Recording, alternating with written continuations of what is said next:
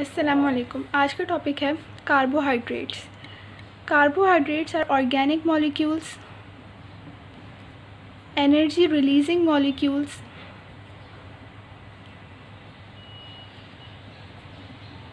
that are also called as the sugar or saccharides due to their sweet taste. Carbohydrate consist of carbon, hydrogen and oxygen. Hydrogen और oxygen का जो ratio present होता है carbohydrates के अंदर वो होता है 2:1। यही सेम रेशो वाटर के अंदर भी होता है। इसीलिए कार्बोहाइड्रेट्स को हाइड्रेटेड कार्बन्स भी कहा जाता है।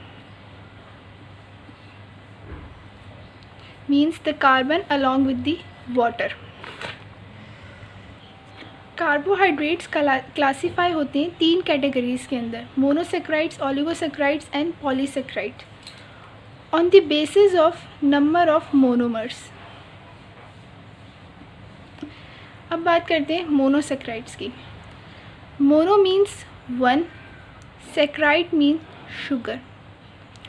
बेसिकली ये मोनोमर्स होते हैं। इन्हें हम सिंपल शुगर भी कहते हैं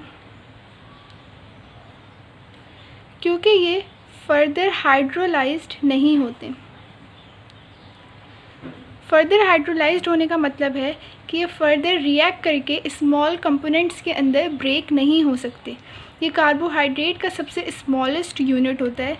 इससे ज़्यादा स्मॉलर ये डिवाइड नहीं हो सकते, इसलिए हम इन्हें कहते हैं कि ये सिंपल शुगर्स होते हैं क्योंकि इनमें मज़ीद रिएक्शन नहीं हो सकता।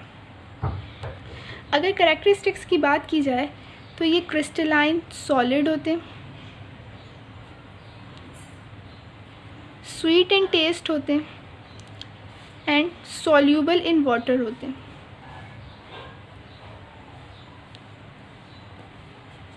Crystalline solid, sweet in taste and soluble in water.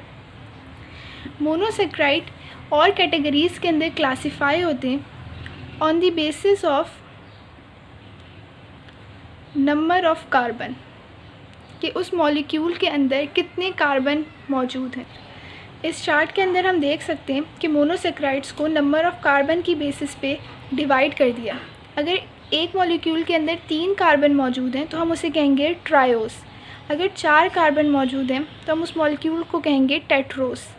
अगर 5 कार्बन मौजूद हैं तो पेंटोस। इसी तरह हेक्सोस एंड हेप्टोस।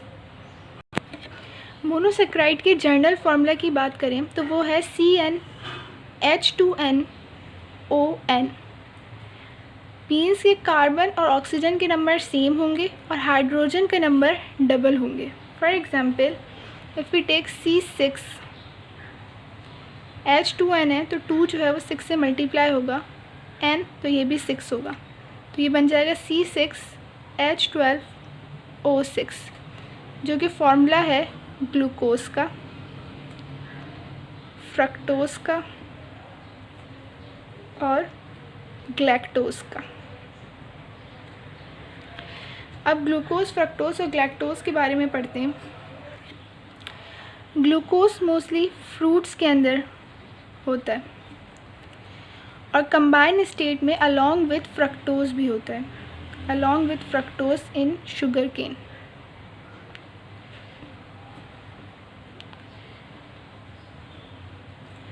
फ्रक्टोज, तो फ्रक्टोज मोस्ट अबेंडेंट शुगर है नेचर में।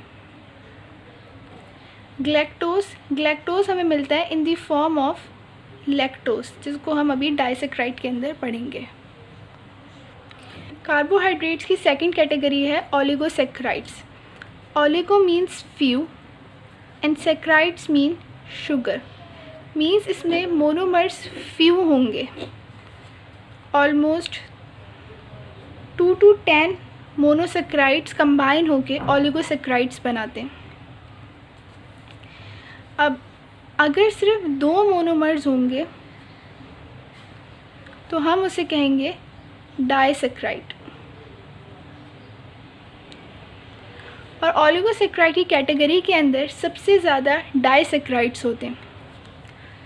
अगर 3 to 10 मोनोमर्स होंगे तो उस कैटेगरी को कहा जाता है डेक्स्ट्रिन। अगर सिर्फ 2 मोनोमर्स होंगे तो वो कहलाएंगे disaccharides, di means 2, 3 to 10 monomers होंगे तो उन्हें कहेंगे डेक्स्ट्रिन। ओलिगोसेक्राइड्स या डाइसेक्राइड्स फॉर्म होते हैं मोनोसेक्राइड्स की कंडेंसेशन से। तो यहाँ पे देखते हैं कि कौन कौन से मोनोसेक्राइड्स मिलके कौन से डाइसेक्राइड्स बनाते हैं। तो अगर ग्लूकोज और फ्रक्टोज कंबाइन होते हैं तो वो फॉर्म करते हैं सक्रोज और रिलीज़ करते हैं वाटर मॉलिक्यूल्स। अब ये कौन सी रिएक्शन है जहाँ पे 2 मोनोमर्स कंबाइन होके एक पॉलीमर बना रहे हैं, तो ये रिएक्शन है कंडेंसेशन।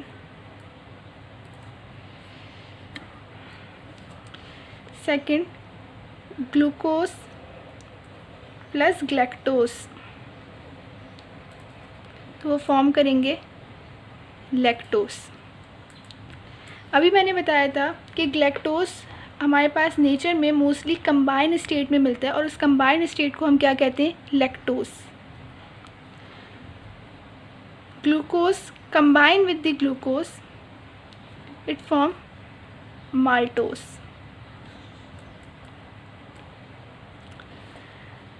सक्रोज को हम टेबल शुगर कहते हैं। लैक्टोज मिल्क शुगर होता है और माल्टोज प्रोड्यूस होता है by the extraction from the malt. अब ग्लूकोज और फ्रक्टोज कंबाइन हुए by the process of condensation. इन दोनों के बीच में एक बॉन्ड फॉर्म हुआ है, तो जो ये बॉन्ड फॉर्म हुआ है उसे हम कहते हैं ग्लाइकोसाइडिक लिंकेज। ग्लाइकोसाइडिक लिंकेज की डेफिनेशन क्या होगी, बॉन्ड बिटवीन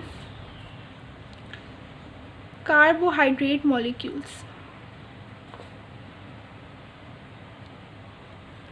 एक कार्बोहाइड्रेट मॉलिक्यूल या एक मोनोसेक्राइड जब दूसरे मोनोसेक्राइड के साथ लिंक करेगा तो जो वहाँ पे एक बॉन्ड बनेगा उस बॉन्ड को हम कहेंगे ग्लाइकोसाइडिक लिंकेज।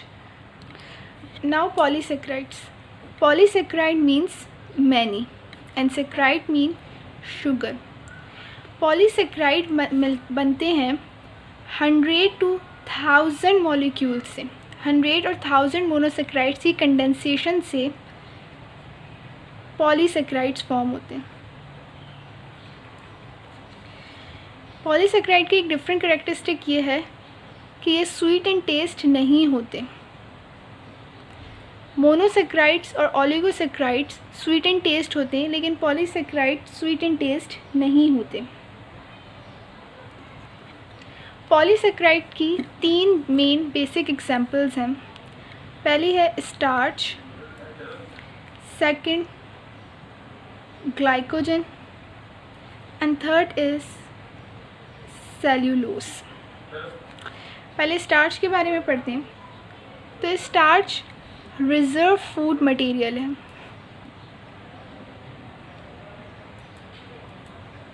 किसका? प्लांट्स का। रिजर्व फूड मटेरियल है प्लांट्स का। ग्लाइकोजन भी रिजर्व फूड मटेरियल है एनिमल्स का।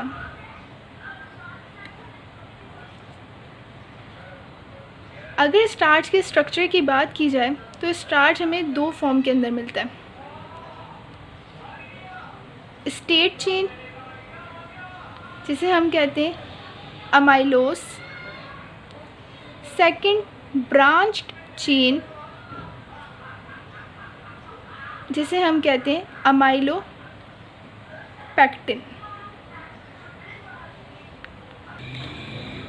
स्टार्च इनसॉल्युबल इन वाटर होता है।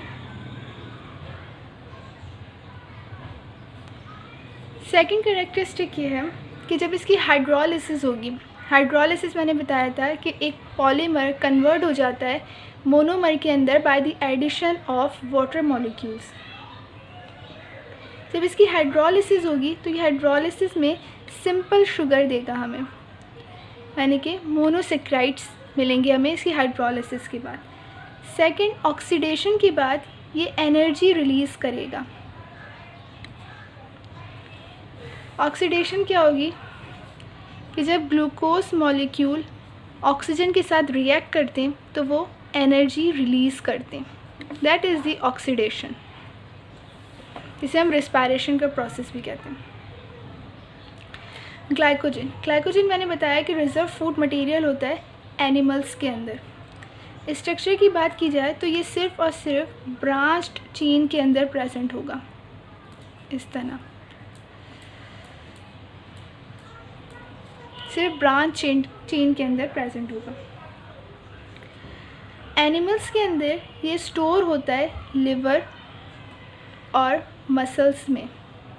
एनिमल के अलावा ये रिजर्व फूड मटेरियल है बैक्टीरिया और फंजाई का भी। ग्लाइकोजन को हम एनिमल स्टार्च भी कहते हैं क्योंकि इसके कैरेक्टरिस्टिक्स सिमिलर होते हैं, स्टार्च के जैसे होते हैं, इसीलिए हम इसे एनिमल स्टार्च भी कहते हैं। सेलुलोज की बात की जाए तो सेलुलोज के कैरेक्टरिस्टिक लिटिल बिट डिफरेंट होंगे स्टार्च और ग्लाइकोजन से। ये भी एक पॉलीसेकेराइड है जो कि प्लांट्स के अंदर प्रेजेंट होता है और सिर्फ स्टेट चेन में प्रेजेंट होगा, कोई ब्रांचेस नहीं होंगी इसके अंदर। सेकंड ये कि ये सेल वॉल के अंदर प्रेजेंट होता है और ये प्रोटेक्टिव मटेरियल है, सेल को प्रोटेक्शन देता है क्योंकि सेल वॉल का काम क्या होता है, सेल को प्रोटेक्शन देना, उसकी शेप को मेंटेन करके रखना। तो ये सेल वॉल ये सारे काम किसके थ्रू करती है, ये सेलुलोज के थ्रू करती है, सेलुलोज की वजह से ये सब काम कर पाती है। इसकी इम्पॉर्टेंट प्रॉपर्टी है सेलुलोज की that it can't be digest by human body. Human body इसे डाइजेस्ट नहीं कर सकती क्योंकि ह्यूमन बॉडी के अंदर वो एंजाइम्स प्रेजेंट नहीं होती जो सेलुलोज को डाइजेस्ट कर सकें। सेलुलोज का फिर ह्यूमन बॉडी के अंदर काम क्या होगा, तो ह्यूमन बॉडी के अंदर इसका सिर्फ काम क्या होता है कि ये बल्क प्रोवाइड करती है फूड मटेरियल को, बल्क मतलब साइज़ या मास प्रोवाइड करती है फूड मटेरियल को। अब फंक्शन की बात करते हैं। सबसे इम्पॉर्टेंट फंक्शन है कि ये सोर्स ऑफ एनर्जी है। Carbohydrate is the source of energy. जितनी भी एनर्जी हमें मिल रही होती है उसका फर्स्ट सोर्स जो होता है वो कार्बोहाइड्रेट होता है। अब ये कितनी एनर्जी प्रोड्यूस करता है, 4 किलो कैलोरीज पर ग्राम। अब यही एनर्जी जो ये प्रोड्यूस करता है यूटिलाइज होती है मेटाबॉलिज्म के अंदर। बॉडी के अंदर जितना भी मेटाबॉलिज्म होता है उसके लिए एनर्जी रिक्वायर होती है और वह एनर्जी हमें कहाँ से मिल रही होती है, by the oxidation of carbohydrates. Energy तो मिल रही है लेकिन जो एक्सेस कार्बोहाइड्रेट्स होगा जो उस वक्त बॉडी को यूटिलाइज नहीं करना वो स्टोर हो जाता है, दोनों के अंदर, प्लांट्स के अंदर भी एनिमल्स के अंदर भी। एक्सेस कार्ब्स स्टोर हो जाते हैं प्लांट्स में इन द फॉर्म ऑफ स्टार्च जो कि स्टोर होते हैं रूट्स में, एनिमल्स के अंदर स्टोर होते हैं इन the form of glycogen in muscles और लिवर।